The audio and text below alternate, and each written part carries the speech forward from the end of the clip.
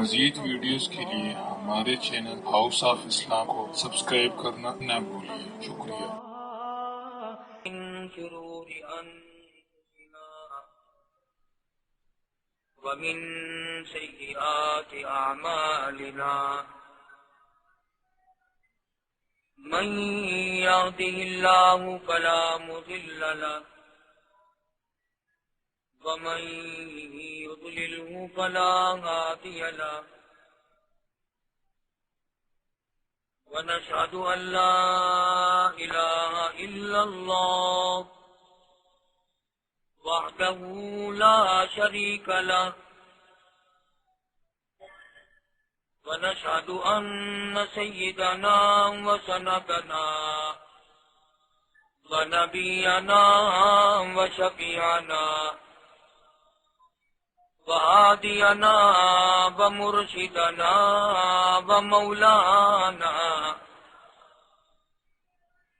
ومولانا محمدا عبده ورسوله أرسله بالحق بشيرا ونذيرا صلى الله تعالى عليه وعلى آله وأصحابه وأزواجه وذرياته وبارك وسلم تسليما كثيرا كثيرا. أما بعد فأعوذ بالله السميع العليم من الشيطان الرجيم. بسم الله الرحمن الرحيم.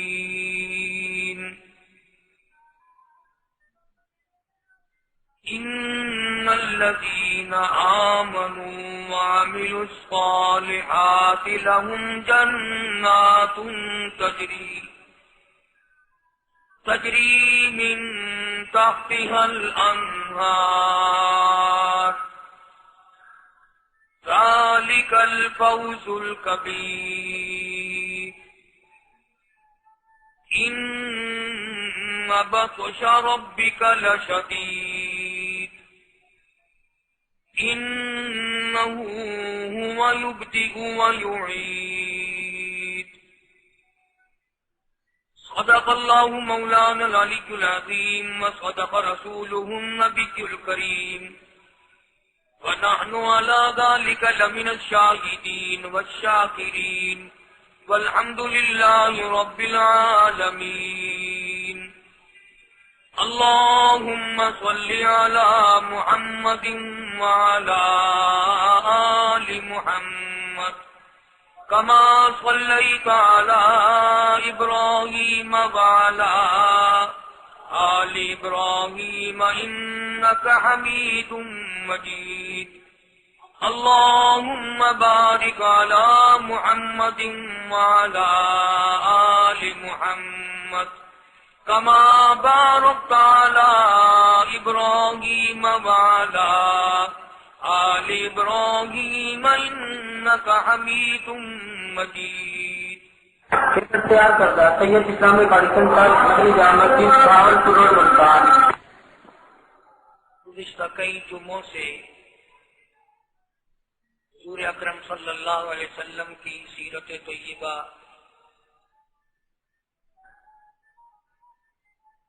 سرکار دو جہاں حضرت محمد الرسول اللہ صلی اللہ تعالی علیہ وسلم کے عادات و اخلاق، آپ کے خصائل و شمائل، حالات زندگی کا ذکر خیر کر رہا تھا. نبی کریم صلی اللہ علیہ وسلم کی ذات اقدس اتنی کریم ہے، اتنی رحیم ہے.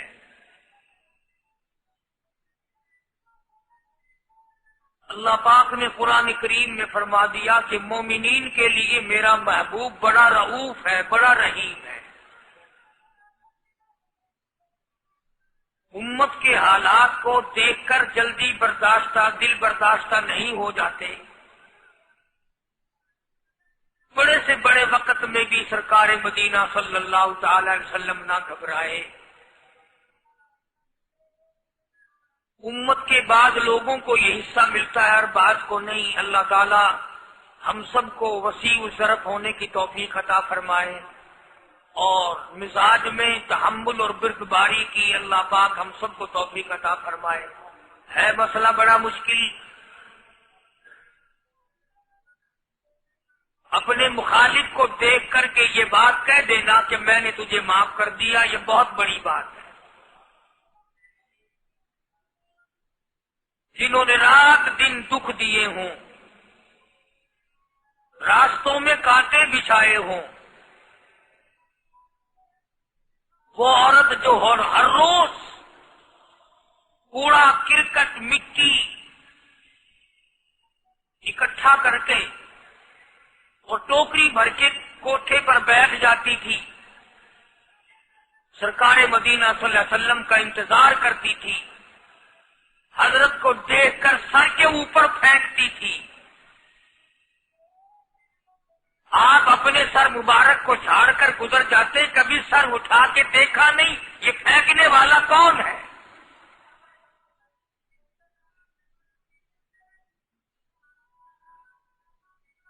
ایک دن حضور صلی اللہ علیہ وسلم کے سر مبارک پہ وہ کوڑا کرکٹ گرد و غبار نہ پڑا تو آپ نے پتہ لگایا کہ یہ کون ہے جس کا آج وظیفہ بند ہو گیا، آج وہ کوڑا پھینکنے والی کہاں گئی. تو پتہ چلا کہ بیمار ہے. قربان جاؤں مدنی کریم صلی اللہ علیہ وسلم اس کے گھر تشریف لے گئے. اس کی بچیوں نے جب حضور کو دیکھا تو وہ خوف زدہ ہو گئی کہ یہ تو وہ ہے جن کے سر پر ہماری اماں ہر دن کوڑا پھینکتی ہے. گھر میں آج مرد بھی کوئی نہیں، نہ جانے کیا بنے گی. ان بچیوں نے شور مچایا، امی امی امی وہ آ گئے جن کے سر پہ کوڑا پھینکتی ہو. وہ بھی گھبرائی کہ نہ جانے آج کیا ہوگا. مگر سرکار مدینہ صلی اللہ تعالی علیہ وسلم نے آگے بڑھ کر کے فرمایا، مائی میں نے سنا ہے تو بیمار ہے، میں تیری بیمار پرسی کے لیے آیا ہوں، کوئی کام ہو دوا کا، دارو کا، خدمت کا مجھے بتا، میں کرنے کے لیے تیار.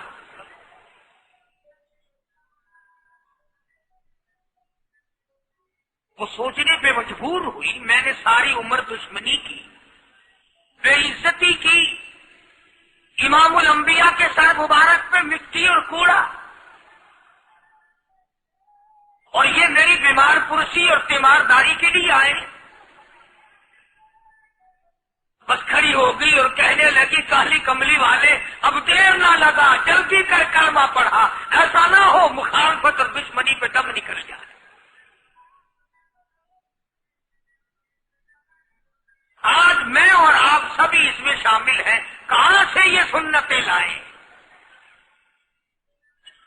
ویسے تو لوگ بیٹھے بیٹھے کہتے رہیں گے، جب کوئی کھانے کے نمبر آئے گا نا، گوشت روٹی اور کوئی چیز کھائی ہو کہ بھئی میٹھا لاؤ، کھانا سنت ہے، میٹھا بعد میں. کھانے کی سنت تو یاد ہے، یہ سنت کون یاد کرے؟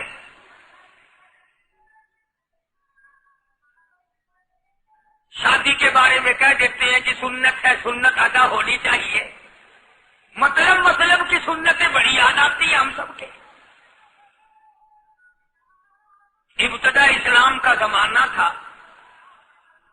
حضور کریم صلی اللہ علیہ وسلم مکہ مکرمہ سے باہر تشریف لائے تو ایک مائی بوڑھی سر پہ گٹھڑی سامان کی ہے، ہاتھ میں پانی پینے کے لیے ایک لٹیا ہے، گڈوی ہے، باہر نکلی اور وہ سامان اٹھانے کی ہمت نہیں رکھتی. سرکار دو عالم صلی اللہ تعالی علیہ وسلم نے پوچھا، مائی کدھر کا ارادہ ہے؟ اس نے اتنی بڑی بڑی گالیاں نکالی اور کہنے لگی، مکے میں جادوگر آ گیا، میرے گھر میں جادو پھیل گیا، میری نوح مسلمان ہو گئی، میرا بیٹا مسلمان ہو گیا، اس نبی کے جال میں پھنس گیا، میں تو اس کے جادو سے بچ کر اپنے ایمان کو بچانے کے لیے فلانے دیہات میں چلی ہوں.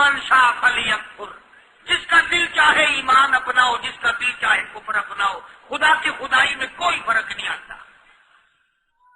ساری دنیا اگر کفر سے بھر جائے تو خدا کی شان میں ایک ذرہ برابر فرق نہیں آتا، اور ساری دنیا اگر پار متقی پرہیزگاروں کی بن جائے تو خدا کی شان میں کوئی اضافہ نہیں ہوتا۔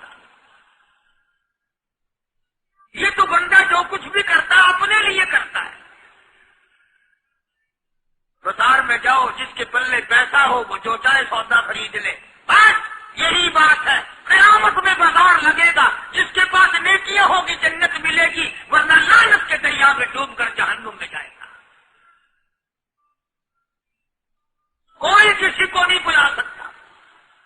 فرمایا اولئک الذین اشتروا الضلالۃ بالہدی،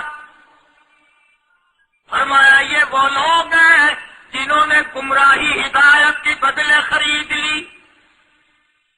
اللہ تعالیٰ نے ہدایت دی، قرآن دیا، ایمان دیا، دین دیا، اسلام دیا، مدنی کریم صلی اللہ علیہ وسلم کی عظمت ملی، محبت ملی، اللہ کے پاک پیغمبر نے سب کچھ حوالے کر دیا، اور آج اس کے بدلے میں گمراہی خرید لی۔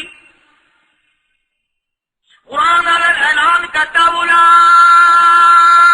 الذین اشتروا الضلالۃ بالہدی، یہ ہے وہ لوگ جنہوں نے گمراہی کے بدلے، ہدایت کے بدلے گمراہی خریدی۔ اور قرآن کے الفاظ تو سنو، خدا تمہیں نصیب کرے۔ کس وقت خریدی؟ فرمایا فما ربحت تجارتہم وما كانوا مہتدین۔ ہدایت ملنے کے بعد، مسلمان کے گھر میں پیدا ہونے کے بعد، مسلمان کہلانے کے بعد، ایماندار کہلانے کے بعد، اتنی بدعملی، اتنی بدتمیزی، اتنا گناہ کیا کہ مرتے وقت ادھر دم نکلا، ادھر جہنم میں پھینک دیا گیا۔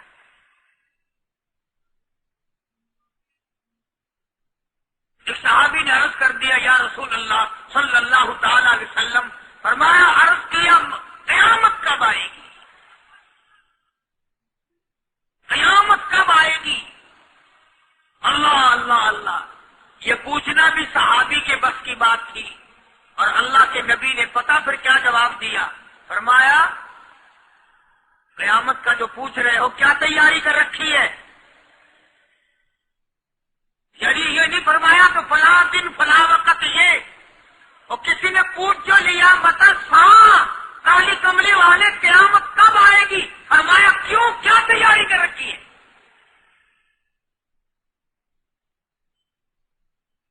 وہ بھی شاگرد کالی کملی والے کا تھا صلی اللہ علیہ وسلم، پوچھ تو بیٹھا،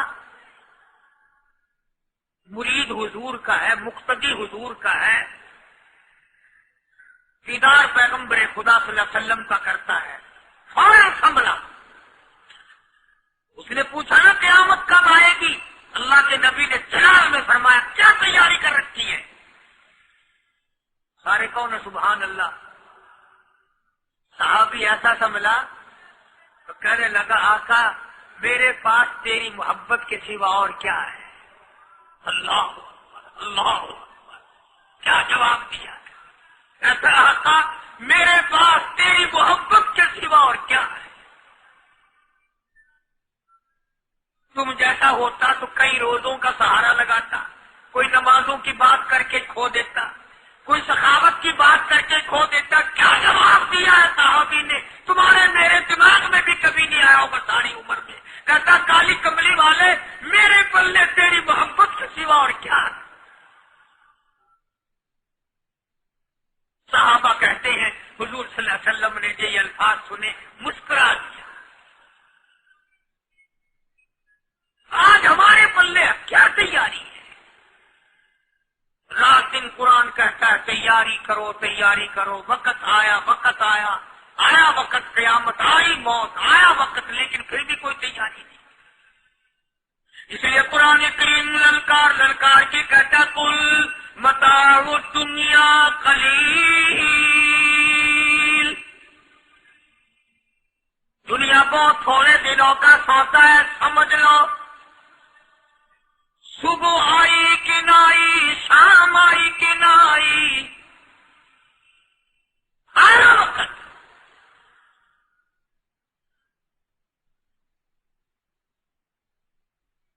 قرآن کریم نے ہر ممکن طریقے سے مسلمانوں کی تمام زندگی کے شعبہ جات کو پورا کرنے کے لیے لاہ عمل دیا۔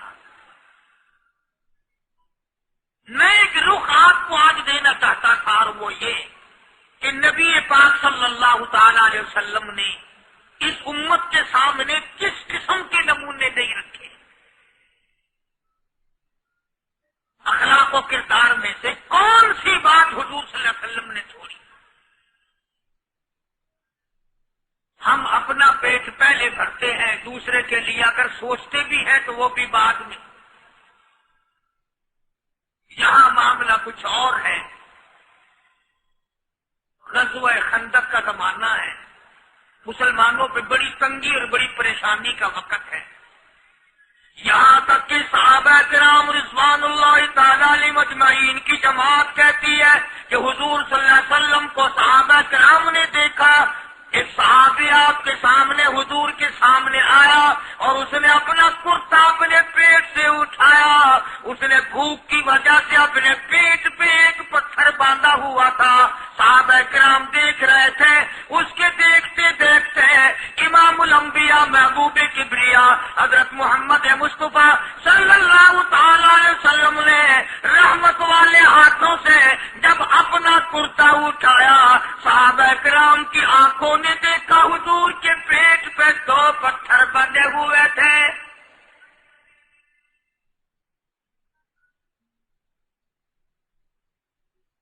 آج کتنا کھاتے ہو پھر بھی نہ شکری، کتنا پیتے ہو پھر بھی نہ شکری، کتنا کچھ کھانے کو مل رہا ہے پھر بھی نہ شکری، کچھ نہیں کچھ نہیں۔ حضرت جابر رضی اللہ تعالیٰ عنہ نے جب یہ منظر دیکھا، یہ حالت دیکھی، رہ نہ سکا، صحابی فوراً دوڑا اور دوڑا دوڑا گھر گیا، گھر بیوی کو جا کے کہنے لگا غضب ہو گیا، تمائی ہو گئی، کمال ہی ہو گیا، حضور صلی اللہ علیہ وسلم کو اتنی بھوک ہے، اتنا فاقہ ہے کہ آپ نے اپنے پیٹ مبارک پہ 2 پتھر باندھے ہوئے۔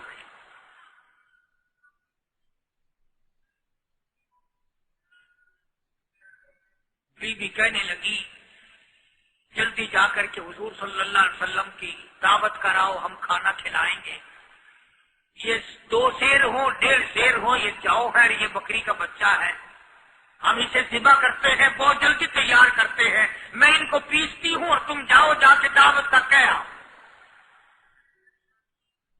حضرت جابر رضی اللہ تعالی عنہ حضور کریم صلی اللہ علیہ وسلم کی خدمت عالیہ میں آئے، چونکہ کھانے کی مقدار، آٹے کی مقدار بڑی تھوڑی تھی، حضور کے کان کو منہ لگا کر کے حضرت جابر نے کہا کہ یا رسول اللہ صلی اللہ علیہ وسلم، ایک تو آپ اور ایک یہ صحابی جس نے پیٹ پتھر باندھ رکھا ہے، اور اگر آپ کے علم میں ہو 1-2 اور ایسا ہی جو زیادہ بھوکا ہو، میرے گھر میں دعوت ہے، چلو۔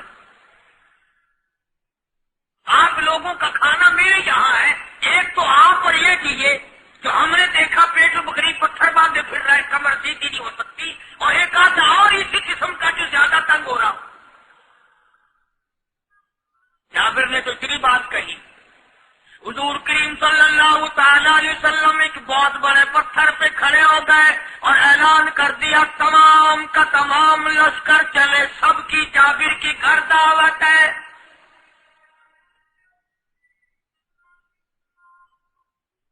سارے کا سارا لشکر چلے، ساری فوج، بلکہ اعلان کر دیا چلو سارا مدینہ چلے۔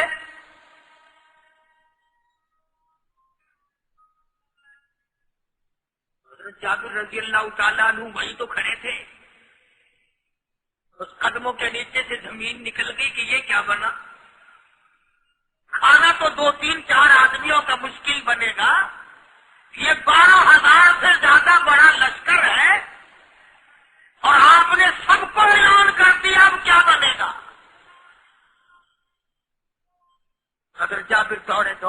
پریشانی کے عالم میں گھر گئے، گھر والے کو کہنے لگے کہ کام خراب ہو گیا.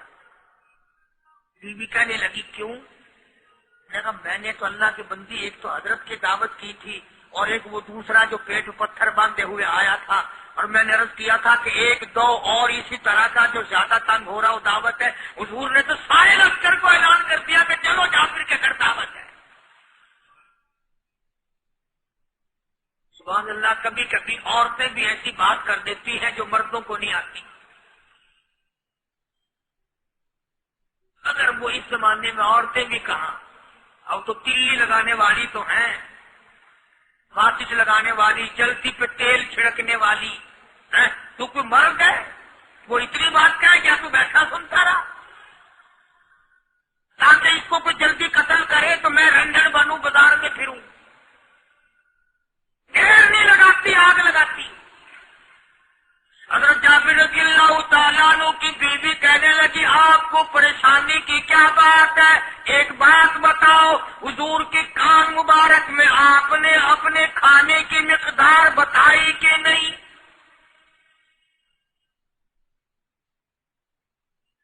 جو حضور صلی اللہ علیہ وسلم کی دعوت کی تھی کھانا بتایا تھا؟ اب میں نے تو بتا دیا تھا کہ تھوڑے سے جو ہے اور ایک بکری کا بچہ میں نے بتا دیا تھا. پھر کہنے لگی آپ پریشان کیوں ہوں اور میں پریشان کیوں ہوں؟ لانے والا جانے، کھلانے والا جانے.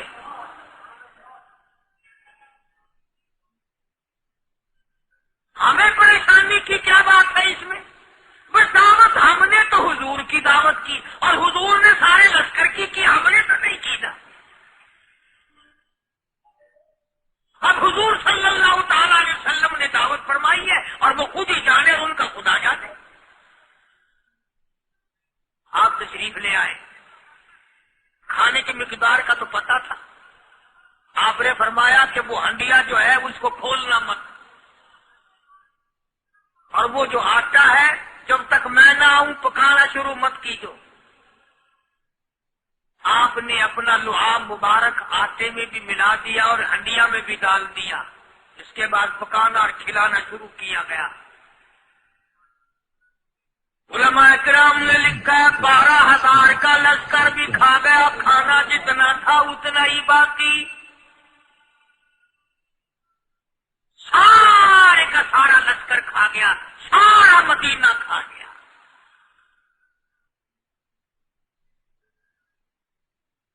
اب یہاں سے یہ ہمارے زمانے کے جو مردوں کی کفن اتارنے والے لوگ ہیں وہ ختم کا ثبوت نکالتے ہیں یہاں سے کہ حضور صلی اللہ علیہ وسلم نے ختم دیا تو 12,000 آدمیوں نے کھا لیا. چلو ہم بھی مانتے ہیں آج یہ ختم دے کر ایک کا کھانا دو کو تو کھلا کے دکھائے. ارے وہ تو معجزہ ہے محمد عربی صلی اللہ تعالی علیہ وسلم کا، اور وہ تو آپ کے لعاب مبارک کی برکت ہے، آپ کی دعا کی برکت ہے. یہ تمہیں کس نے بتایا کہ حضور صلی اللہ علیہ وسلم نے جابر کے کھانے پہ بیٹھ کر ختم پڑا تھا؟ یہ تو معجزہ ہے محمد عربی صلی اللہ تعالی علیہ وسلم کا، اور اللہ پاک نے نبی کے ہاتھ پر ہزاروں نہیں لاکھوں معجزات کا اظہار فرمایا. تو یہاں سے غلط چیزوں کا اجرا کرنا آگے آپ لوگوں نے سنے ہوں.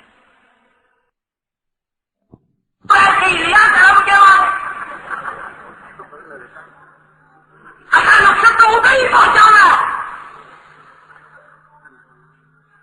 اگلے دن میں ملتان شہر میں چوک بازار سے گزرتا ہوں، ایک کفن والے کی دکان پہ کھڑا ہو گیا. میں نے کہا یار آج کل کیا بھاؤ ہے؟ کہنے لگا کس بات کا؟ میں نے کہا کفن کا. کہنے لگا جی کئی قسمیں ہیں. میں نے کہا یہ بھی کوئی جہیز ہے؟ قسمیں؟ کہنے لگا جی ہاں کئی قسم میں، کئی 100 روپے کا بھی ہے، سستا بھی ہے. میں نے کہا وہ کس اعتبار سے؟ کہ کپڑے کے اعتبار سے. میں نے کہا ہمارا کپڑا بھی لوگ ڈالتے ہیں. تو کہنے لگا یہ جتنے بڑے بڑے امیر لوگ ہیں نا یہ سب سے سستا کفن لے جاتے ہیں. اتنے بڑے بڑے بلکہ اس نے میرے ہاتھ میں کپڑا دیا یوں ہی مٹی چھن جائے. میں بڑا خوش ہوا. میں نے کہا جتنے بڑے بڑے امیر لوگ ہیں نا ان کو ایسا ہی کفن. اور پھر وہ ختم ہو گئے. پھر حضور تشریف لائے اور انہوں نے ان دونوں بچوں کو مردوں کو چھپا کے رکھ دیا. پھر آپ نے فرمایا وہ بچے کہاں ہیں؟ اور انہوں نے کہا کہ وہ تو سوئے ہوئے ہیں کہ جب تک ان کو لاؤ گے نہیں اس وقت تک ہم کھاؤیں گے نہیں. جب بچوں کو لایا اور پھر وہ ختم ہو گئے پھر حضور تشریف لائے اور انہوں نے ان دونوں بچوں کو مردوں کو چھپا کے رکھ دیا. پھر آپ نے فرمایا وہ بچے کہاں ہیں؟ اور انہوں نے کہا کہ وہ تو سوئے ہوئے ہیں کہ جب تک ان کو لاؤ گے نہیں اس وقت تک ہم کھاؤیں گے نہیں. جب بچوں کو لایا گیا تو مردے تھے. حضور نے بچوں کو فرمایا تم زندہ ہو جاؤ. وہ کہنے لگے جب تک ہماری بکری کا بچہ زندہ نہ ہو ہم زندہ نہیں ہوتے. وہ ہڈیاں جوڑی حضور نے بکری زندہ کری جب وہ بچے کھڑے ہوئے.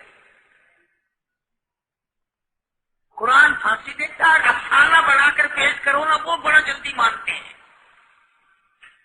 امام الانبیاء محبوب کبریا حضرت محمد مصطفیٰ صلی اللہ تعالی علیہ وسلم کا قرآن کریم نے اسی جنگ میں اسی جہاد میں ایک واقعہ پیش فرما دیا. اس واقعے سے پہلے پتہ کیا ہوا؟ حضرات صحابہ کرام رضوان اللہ تعالی علیہ مجمعین کے ہاتھوں سرکار دو عالم صلی اللہ علیہ وسلم بھی ساتھ تھے. کافروں کا ایک بہت بڑا بہادر پہلوان مارا گیا. یہ جو غزوہ خندق ہے جس کو غزوہ احزاب کہتے ہیں قرآن میں ذکر ہے اس کا. ویسے کوئی بات بنا کے نہیں کہہ رہا ہوں. یعنی یوں سمجھو اب میں سورت احزاب کے تیسرے رکوع کا آخری آیتوں کا ترجمہ کر رہا ہوں. اور یہ اتنا مشکل وقت پڑا تھا صحابہ پہ. ایک تو گرمی سخت تھی اور چاروں طرف سے جن یہودیوں نے عہد و پیمان کر رکھا تھا حضور صلی اللہ علیہ وسلم سے انہوں نے بدعہدی کر دی. وہ سارے کے سارے صحابہ پہ یکدم ٹوٹ پڑے. صحابہ بیچ میں آ گئے میدان میں. نہ پانی نہ کھانا نہ روٹی نہ جوتی نہ کپڑا نہ ہنسنا نہ لینا نہ دینا. بلکہ یوں لکھا علماء نے کئی کئی دن ہو گئے پانی کی بوند نہ ملی.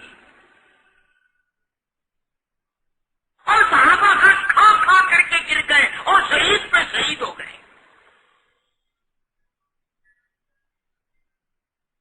لیکن قربان جاؤں یہ قرآن اللہ کا تمہارے سامنے آج بھی موجود ہے. کسی پڑھ کے دیکھو. کبھی کسی صحابی نے ایسے وقت میں بھی یہ بات نہ کہی نبی صلی اللہ علیہ وسلم کو. یوں بھی تو نہیں کہا کہ اللہ کے نبی پہلے کچھ تیاری تو کیا کرو یوں ہی خام خواہ کے مرا دیتے ہو بندے. پہلے موقع تو دیکھا کریں آپ ہو کیا رہا ہے. یوں ہی لوگ بھوکے پیاس سے مر گئے. نہیں اتنی ثابت قدمی اور اتنا ایمان تھا اتنا جذبہ تھا حضور کی ذات پر اتنا یقین تھا صحابہ کو کہ آج اس دنیا میں جتنا یقین ایک صحابی کو تھا اربوں خربوں مسلمان مل کر بھی ایک صحابی کے برابر یقین پیدا نہیں کر سکتے.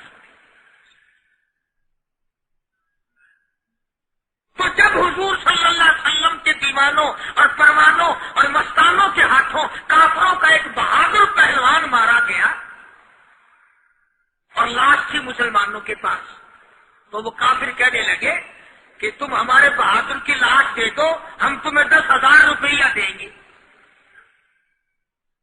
اب ان کے پاس تو روپے کی کمی نہیں تھی اور یہ مسکین بھوکے اور فاقے تھے.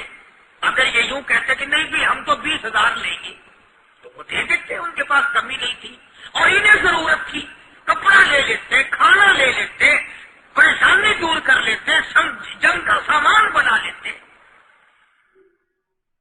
مگر مدنی کریم صلی اللہ تعالی علیہ وسلم کے سامنے جب یہ بات رکھی کہ 10,000 روپیہ ہم دیتے ہیں ہمارے بہادر کی لاش دے دو حضور نے فرما دیا جاؤ اپنے بہادر کی لاش مفت میں لے جاؤ ہم مردوں کی قیمت کھانے والے نہیں.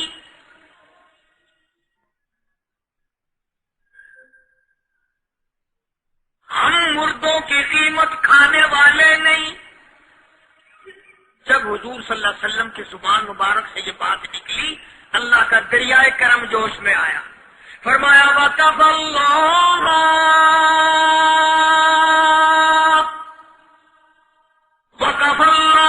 الْمُؤْمِنِينَ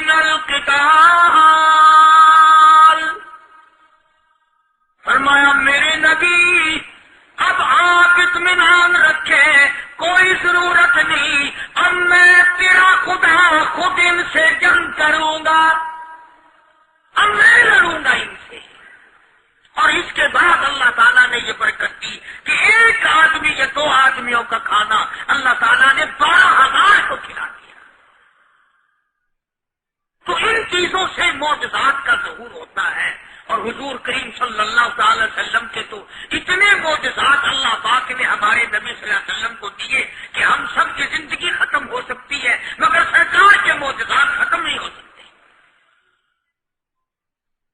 حضرت ابو ہریرہ رضی اللہ تعالیٰ عنہ فرماتے ہیں کہ میں مسجد نبوی کے دروازے پہ پڑا تھا، بھوک نے مجھے اٹھنے نہ دیا، مجھے اتنی بھوک لگی، کئی دن کا فاقہ ہو گیا، میں کھڑا نہیں ہو سکتا تھا۔ تو میں نے جناب صدیق اکبر رضی اللہ تعالیٰ عنہ سے مسئلہ پوچھنے کا بہانہ بنا کے بلایا کہ شاید یہی مجھے اپنے ساتھ لے چلے، تو وہ بھی مسئلے کا جواب دے کر چلے گئے۔ ابو ہریرہ کہتے ہیں میرا یقین ہوا کہ ان کے گھر بھی کچھ نہیں۔ پھر میں نے فاروق اعظم رضی اللہ تعالیٰ عنہ کو مسئلہ یا قرآن کی آیت پوچھنے کے بہانے متوجہ کیا، وہ بھی وہ جو چیز میں نے پوچھی تھی بتا کے چلے گئے، غالباً ان کے یہاں بھی فاقہ ہوگا۔ ابو ہریرہ رضی اللہ تعالیٰ عنہ کہتے ہیں پھر آئے حضور صلی اللہ علیہ وسلم تشریف لائے، تو میں نے مسئلہ پوچھنے کے بہانے سے حضور کو اپنی طرف متوجہ کیا۔ ابو ہریرہ کہتے ہیں حضور مسکرائے اور میرا مطلب سمجھ گئے، میرا مطلب سمجھ گئے، اشارہ کیا میرے ساتھ ساتھ آ، میرے پیچھے پیچھے آ۔ ابو ہریرہ رضی اللہ تعالیٰ عنہ کہتے ہیں میں حضور صلی اللہ علیہ وسلم کے ساتھ چلا آیا، آپ اپنی دولت قضا پر تشریف لائے، اپنے گھر میں تشریف لائے، آپ نے گھر میں داخل ہو کر کے فرمایا کچھ کھانے کا پینے کا کوئی ہے گھر میں کوئی چیز؟ جواب ملا ہاں ایک دودھ کا پیالہ ہے، ہدیہ آیا کہیں سے، آپ کے لیے ہدیہ دیا کسی نے، دودھ کا پیالہ منگوا لیا۔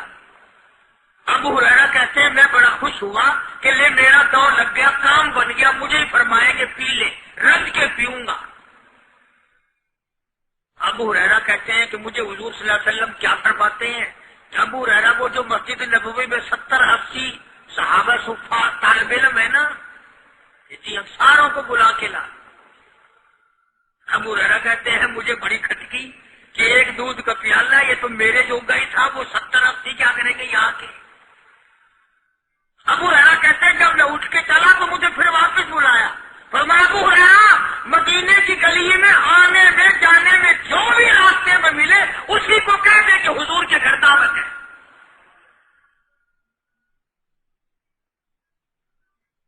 ابو ہریرہ کہتا ہے کہ میں اقرار بھی میں نے کرنا ہی تھا کہ جی ہاں کہوں گا، پر دل میں بھی سوچ رہا ہوں کہ ہے تو ایک ہی پیالہ۔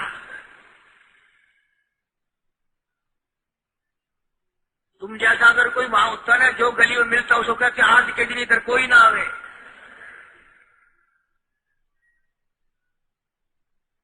وہ تو صحابہ کے نا اشاروں پہ جان دیتے تھے، راستے میں جو بھی ملا، دکاندار ملا، ویسا ملا، سب کو کہہ دیا، واپسی میں جو ملا لشکر اکٹھا ہو، سب بیٹھ گئے۔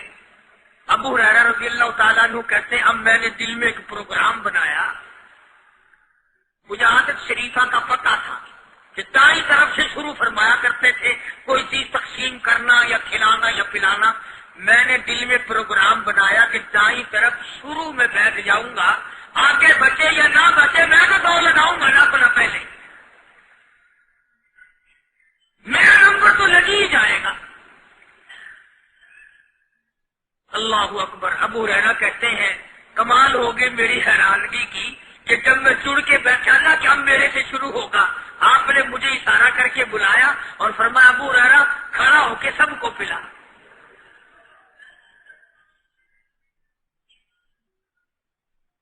حضرت ابو ہریرہ رضی اللہ تعالیٰ عنہ کہتے میری تسلی ہو گئی کہ بس اب تو مجھے مل گیا، اور میرا نمبر بعد میں آنا کیسے بچے گا۔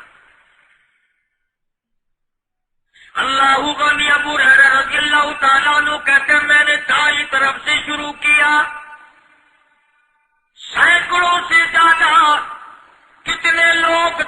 انہوں نے رج رج کے پیا، رج رج کے پیا، سیر ہو کے پیا، سارا لشکر پی کے چلا گیا۔ اس کے بعد سرکار مدینہ صلی اللہ علیہ وسلم نے فرمایا لے ابو ہریرہ اب تو باقی اور میں باقی۔ ابو ہریرہ کہتے میں نے عرض کیا میرے آقا آپ نے بھی تو نوش نہیں فرمایا، آپ پہلے پیے۔ فرمایا نہیں میں نہ پیوں، ساری امت کو پلا کے پھر پیوں گا۔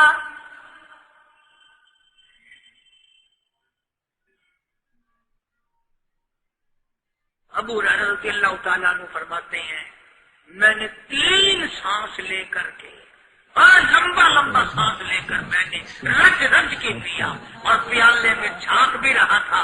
ابو ہریرہ کہتا ہے ایک قطرہ بھی کم نہیں ہوا۔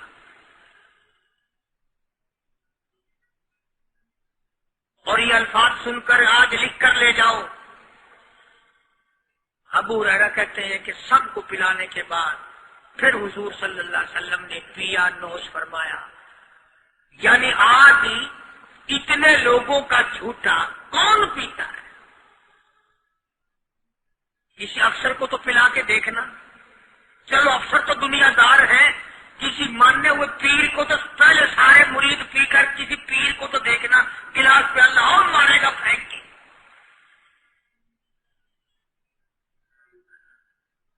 اپنا پیا ہوا تو وہ مریدین کو دے دے گا کہ سارے پی لو تبرک ہے یہ، لیکن مریدوں کا جھوٹا وہ کیسے پیے گا؟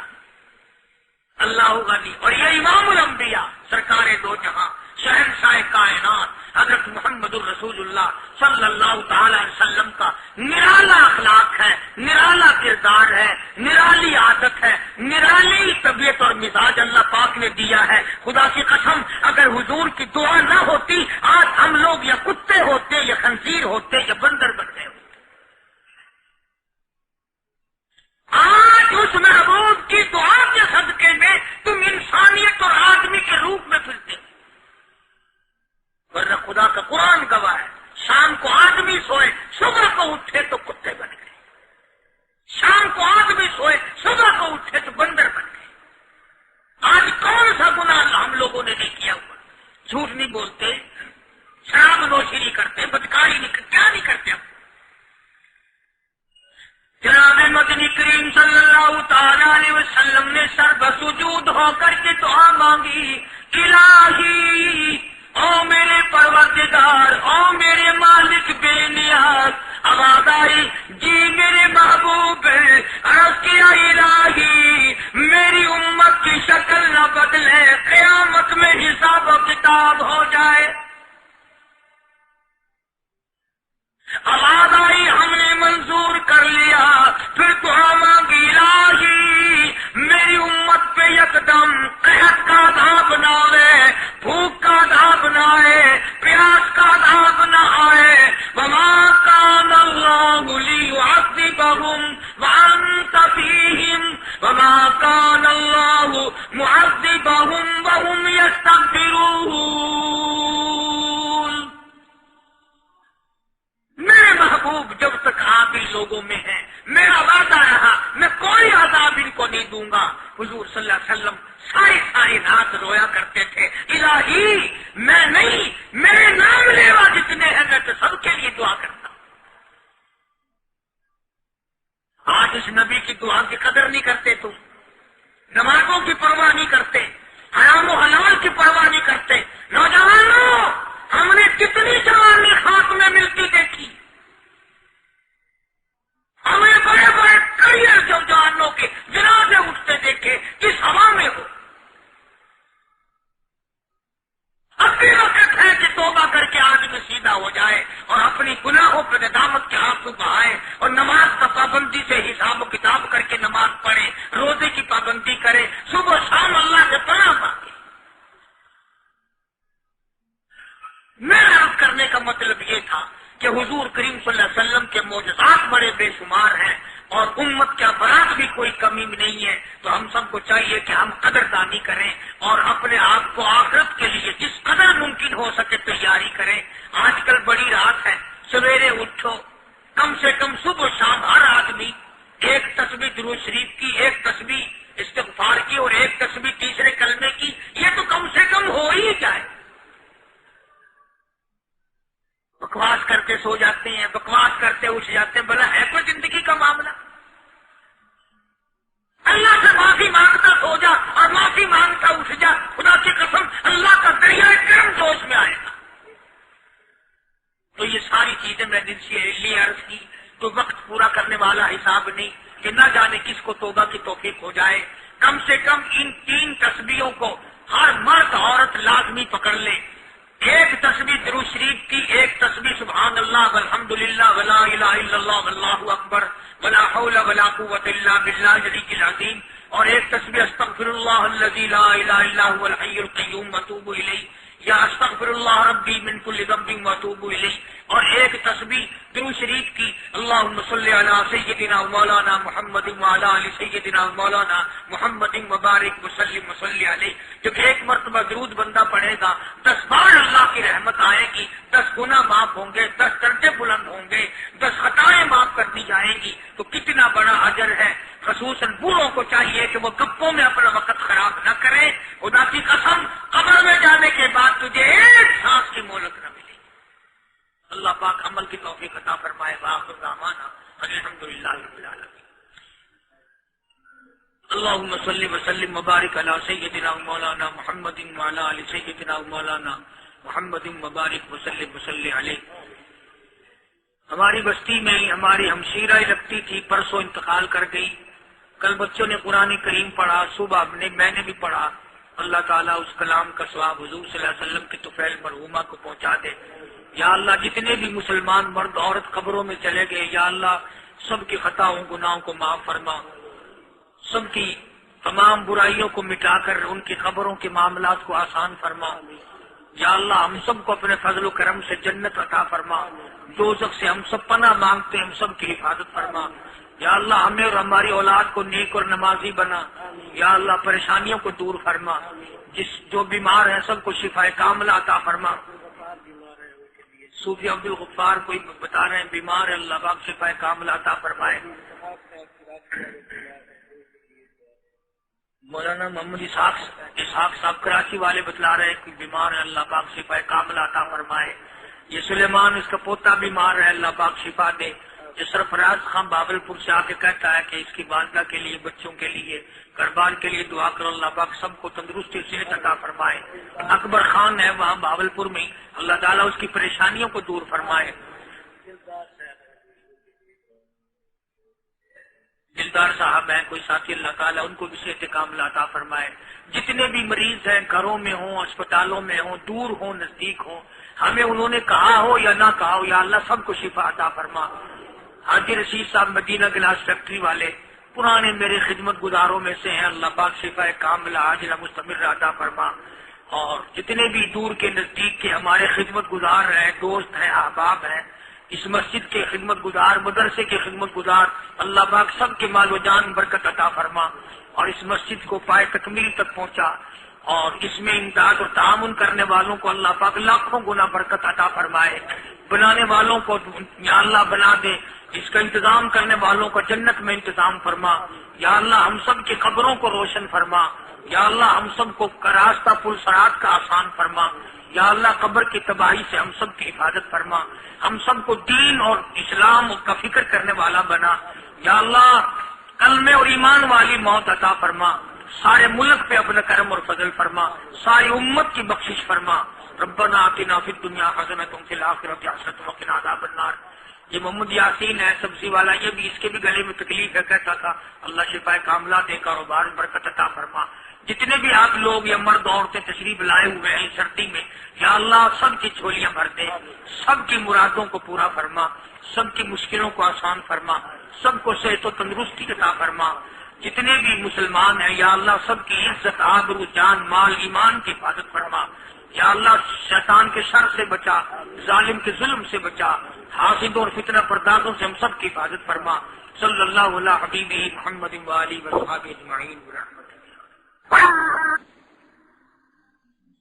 پروردگار عالم نے توحید-سنت.com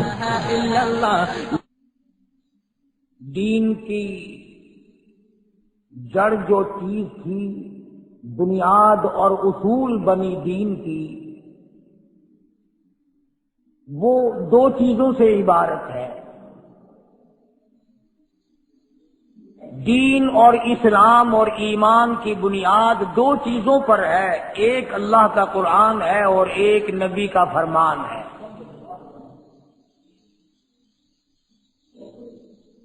دین کی بنیاد، دین کی جڑ، دین کی اساس، ایمان کی اصول کی تمام چیزوں کی بنیاد اور بیخ اور جڑ جو ہے وہ دو چیزیں ہیں، ایک اللہ کا قرآن کریم ہے اور ایک محمد عربی صلی اللہ علیہ وسلم کا فرمان ہے۔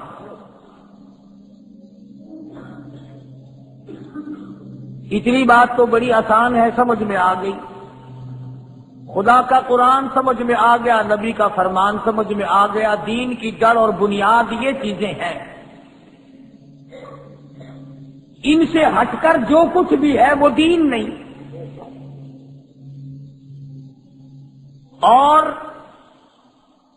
اب تصویر کا دوسرا رخ دیکھو کہ خدا کا قرآن اور نبی کا فرمان، یہ دونوں کی دونوں چیزیں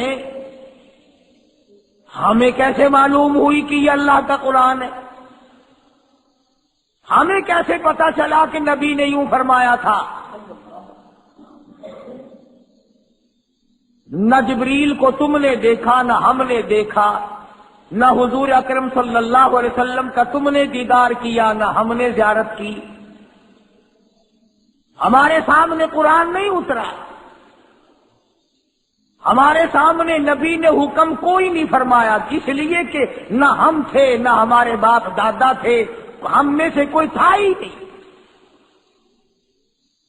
اب ایک سوال پیدا ہوتا ہے کہ یہ اللہ کا قرآن اور یہ نبی کا فرمان جو اسلام کی بنیاد ہے، یہ دونوں چیزیں ہمیں پہنچائی کس نے؟ بادشاہوں نے؟ نہیں۔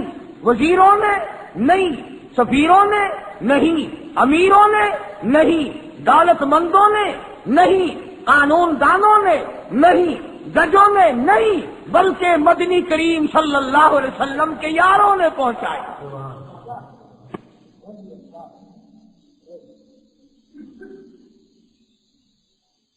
صحابہ کرام رضوان اللہ تعالی علیہم اجمعین کی جماعت میں سے کوئی صحابی خود نہیں بنا، بلکہ اللہ پاک نے ان کا انتخاب فرمایا۔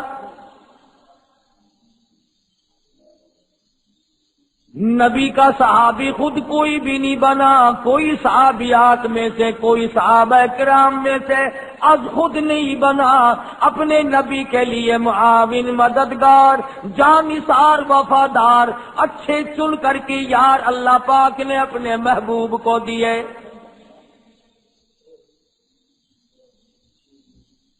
گویا صحابہ کرام اسلام کی بنیاد ٹھہرے، صحابہ کرام قرآن کی بنیاد ٹھہرے۔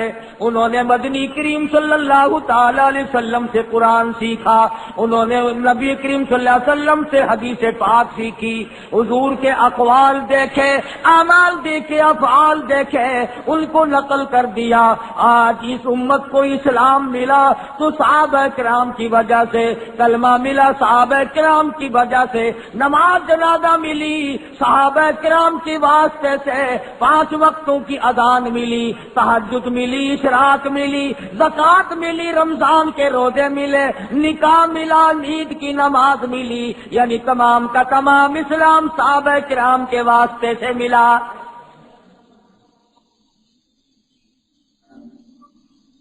اب اگر ہم میں سے کوئی صحابہ کرام کا اعتبار نہیں کرتا، مدنی کریم صلی اللہ علیہ وسلم کے یاروں کا اعتبار نہیں کرتا، اس کا کلمہ صحیح نہیں، اس کا قرآن صحیح نہیں، اس کا رمضان صحیح نہیں، اس کا نکاح صحیح نہیں، اس کی شادی صحیح نہیں، اس کی نماز جنازہ صحیح نہیں، اس لیے صحابہ کرام پہ لازمی یقین کرنا پڑے گا۔ پھر صحابہ کرام میں سے عجب انداز کے لوگ اللہ پاک نے بنائے، وہ جانثار بھی تھے، وہ وفادار بھی تھے، وہ سچے عاشق بھی تھے۔ ایک صحابی مدنی کریم صلی اللہ علیہ وسلم کی خدمت میں دیہات کے رہنے والا جٹ آدمی ہے، دیہات کا باشندہ عربی ہے، حضور کی خدمت میں سونے کی انگوٹھی پہن کر آ گیا، سونے کی مندری پہن کر آ گیا۔ آپ نے یوں سمجھ کر دیہات کا باشندہ ہے، غریب کو مسئلے کا پتہ نہیں، غریب کو میرے حکموں کا پتہ نہیں چلا، ہاتھ پکڑا اور سونے کی انگوٹھی نکال کر پھینک دی اور فرمایا تجھے علم ہونا چاہیے، سونا مردوں کے لیے پہننا حرام ہے۔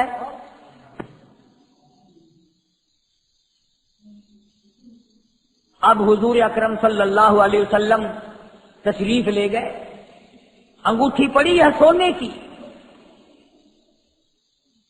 دھیان کرنا صحابہ کرام کافی سارے دیکھ رہے تھے، قریب آئے اور فرمانے لگے کہ اٹھا لے، بیٹی کو دے دینا پہننا جائز ہے، بیوی کو دے دینا، بہن کو دے دینا، گھر میں دے دینا، عورتوں کے لیے سونا پہننا جائز ہے، اٹھا لے، بیچ کر پیسے بنا لے، کپڑا خرید لے اور کھانے پینے کا سامان لے لینا، یہ انگوٹھی اپنی اٹھا لے، آخر 2-4 ماسے کی ہوگی، کسی نہ کسی وزن کی بھی ہوگی، اور غربت کا زمانہ ہے، ضرورت کا زمانہ ہے۔ تمام صحابہ کہتے ہیں اٹھا لے، پر وہ نوجوان کہنے لگا قیامت آ سکتی ہے، میں اس سونے کی انگوٹھی کو نہیں اٹھاؤں گا۔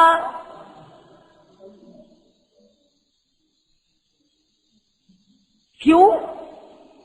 کہتا ہے جس سونے کو میرے آقا نے پھینک دیا میں اٹھا لوں، میری غلامی کس کام کی؟ چاہے میں پہننے کے لیے نہ اٹھاؤں، چاہے میں استعمال کرنے کے لیے نہ اٹھاؤں، آخر میرے آقا نے پھینک دیا ہو میں اٹھاؤں تو پھر میری غلامی کس بات کی؟ حالانکہ مسئلے کی بات تھی، صحابہ کرام نے مشورہ صحیح دیا، بات صحیح بتا دی، جو اس کے لیے اچھی تھی، کام کی بات تھی کہ اس کو بیچ سکتے ہو، خرید سکتے ہو، عورتوں کو پہنا سکتے ہو، اور کچھ زیور بنوا سکتے ہو، پیسے بنا سکتے ہو، کھانے پینے کا ساز و سامان خرید سکتے ہو، اس کا تقاضا یہ ہے۔ کہنے لگا میں تو اس اٹھانا تو درکنار رہا، آنکھ سے بھی دیکھنے کو تیار نہیں۔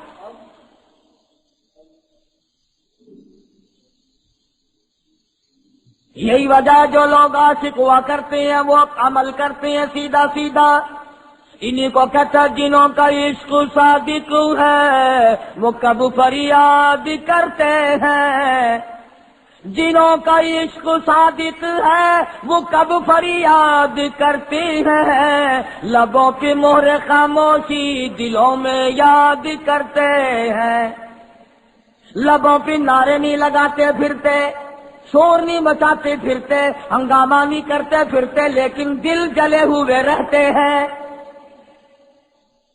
محبت کی آگ میں جل جل کر کے دل ختم ہو جاتے ہیں، انہیں اندازہ ہی نہیں ہوتا اس بات کا۔ یہ تو نبی کا عشق ہے، اگر ایک آدمی کے ساتھ عشق ہو جائے تو وہ بھی مولا ہو جاتا ہے۔ واقعات میں لکھا ہے کہ ایک آدمی نماز پڑھ رہا تھا، ایک آدمی نماز پڑھ رہا تھا، مجنو آگے سے نکل گیا، کوئی صوفی آدمی تھا، نیت توڑ کے پکڑ لیا کہ میرے آگے سے کیوں نکلا، میرے آگے سے کیوں گزرا؟ مجنو کہنے لگا تیری نماز ہی نہیں ہوئی، دوبارہ جا کے پڑھ۔ وہ کہنے لگا نکلا تو، نماز میری نہیں ہوئی، کیوں نہیں میری نماز ہوئی؟ آگے سے تو گزرا میرے سے، میری نماز کے آگے سے گزرا تو ہے، نماز میری نہیں ہوئی۔ کہنے لگا ہاں ایک بندے کے عشق میں مجھے تو نظر نہیں آیا اور تو خدا کی نماز پڑھ رہا تھا، مجھے دیکھ لیا، تیری کیسی نماز ہے، کیسی بندگی کر رہا تھا کہ تجھے میں نظر آ گیا، دوبارہ پڑھ جا کے۔ اسی کو کہتا ہے کہ سرب سجود ہوں مگر عزم میں پختگی نہیں، سرب سجود ہوں مگر عزم میں پختگی نہیں، قائل بندگی تو ہوں قابل بندگی نہیں۔ سجدے کا مزہ، سجدے کا لطف سجدے کا کیف، سجدے کی لذت ان سے جا کے پوچھو، نہ مسجد میں نہ بیت اللہ کی دیواروں کے سائے میں نماز عشق ادا ہوتی ہے تلواروں کے سائے میں۔